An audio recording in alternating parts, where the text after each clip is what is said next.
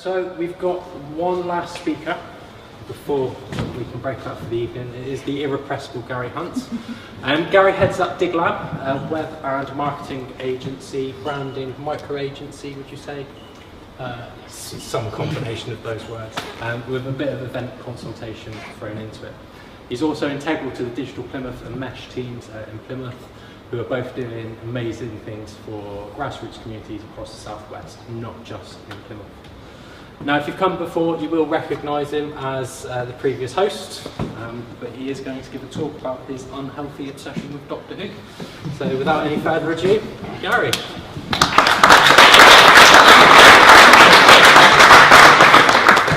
Right, thank you very much everyone, and thank you for coming out on this very special day. I know leaving your families and getting to places is very difficult on Ed Balls Day, so thank you very much for coming along. So tonight I'm here to talk to you about change. Specifically, I'm here to tell you that change is good, and so is Doctor Who. Now the good news is you don't actually need to be a fan of Doctor Who to understand or enjoy my presentation tonight. However, if you're not a fan of Doctor Who, you're probably a bit dead inside, so probably best go home, read the Daily Mail, prepare for your future life.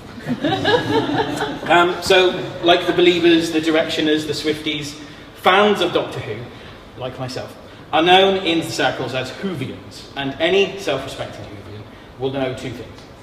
One, that David Tennant was the best Doctor. Yep. Yes. Thank you. And two, you will know about the regeneration cycle. So for those of you that don't, allow me to explain. We're kind of in this stage of the regeneration cycle at the moment. So the Doctor, the BBC, whoever you want to talk about it, he's announced that he's going to be regenerating. Okay? So there's a stage that the Doctor Who fandom go through. At this stage, there's general kind of dismay, upset and anger, because this Doctor is great. Why would we want to change him over? And then you're hearing lots about this then. You're then hearing about all these potential actors that become the new Doctor. And you instantly think, all these new Doctors, they're awful. Why would you replace them with him? This is terrible. This is an awful idea. And general kind of madness ensues. No one ever thinks about things properly, and terrible things happen because of it. After that, we get to the stage where the new Doctor's been announced. The new Doctor's started and he's in his first episode. And you get to the end of that episode. And you're like, oh my God, that was amazing. What were we ever worried about? I mean, this Doctor's the best ever. And you know, other ad nauseum. And then we're kind of getting back to the end of the first Doctor's new series, and that further kind of good news and happiness is carrying on going. You're like, this Doctor's great. This is the best Doctor ever. I can't believe we were worried about him here, and I can't believe the outrage that was here, and we're all good there. And then we come to the end of the cycle, and the new Doctor announces his regeneration, and the cycle starts again of outrage, slightly less outrage, happiness, even more happiness and outrage. So we have a circle. This is known as the regeneration cycle. So how am I supposed to convince you that change is good by using the regeneration cycle? Regeneration cycle? That's right. So first thing we need to do is we need to simplify these steps so they can be applied to any kind of change that kind of happens. So let's look at the first step. Change is coming. In exactly the same way that the Doctor is announced as a new Doctor, anything changes, a new product comes in, some changes come to your favourite product, there's outrage. How could they do this? What's going on? I'm outraged. You're outraged already. We've barely even touched the surface. So that's our first step. The second step is change is here. The Doctor's here, everyone still hates it, but it's happening, so we just need to make the best of it. The thing that change is used, it's happened, it's started, we're at the end of the first ever Doctor's episode. Everyone loves it. This is great. Why did we never do this before? HTML5 is a brilliant idea. What idiot uses Flash? So what? I'm so triggered right now. We're not using the B word. Been told.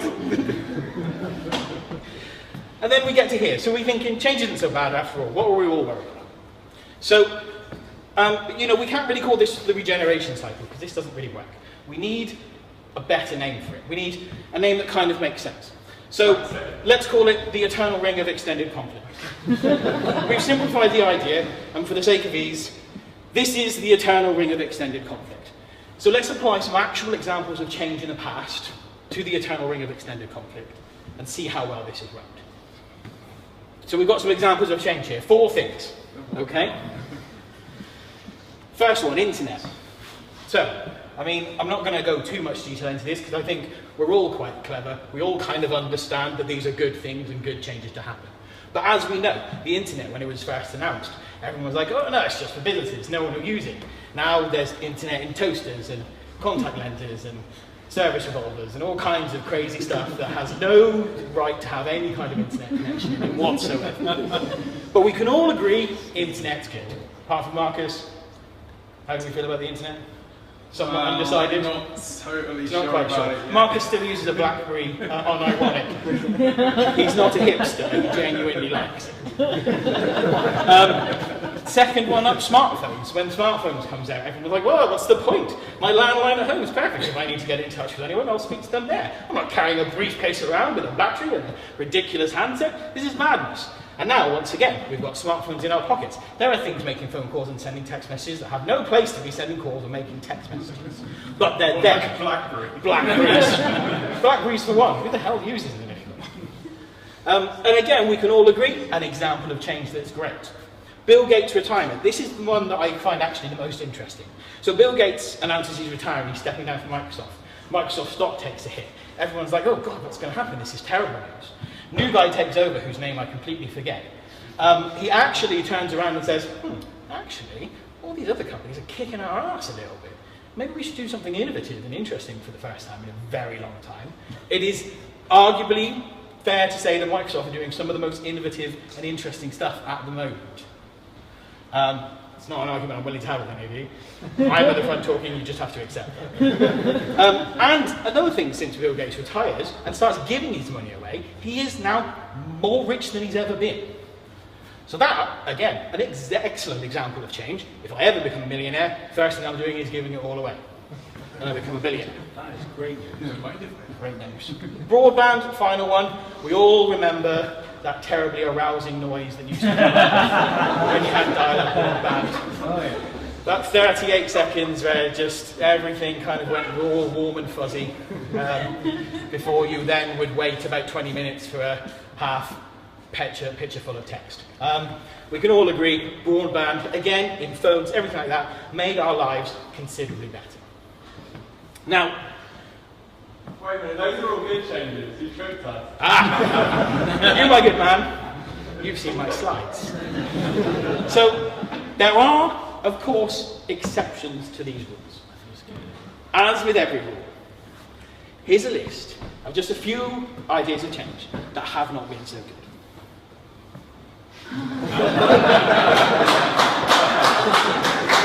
I think we can all agree, as long as I don't use the B word, a pretty exhaustive list of exceptions to the rule with change is not always good. You know, let's be honest, when Donald Trump was running the campaign, we thought, well, it'll be fun for a while and then nuclear war will happen, we'll deal with that when that happens. As we're finding out, not fun at all. Nuclear war, slightly terrifying. Death, never popular. Unless you're a cult leader, then always a good thing. The B word, it's up for debate, we won't go in there now. Windows 8, universally a terrible decision.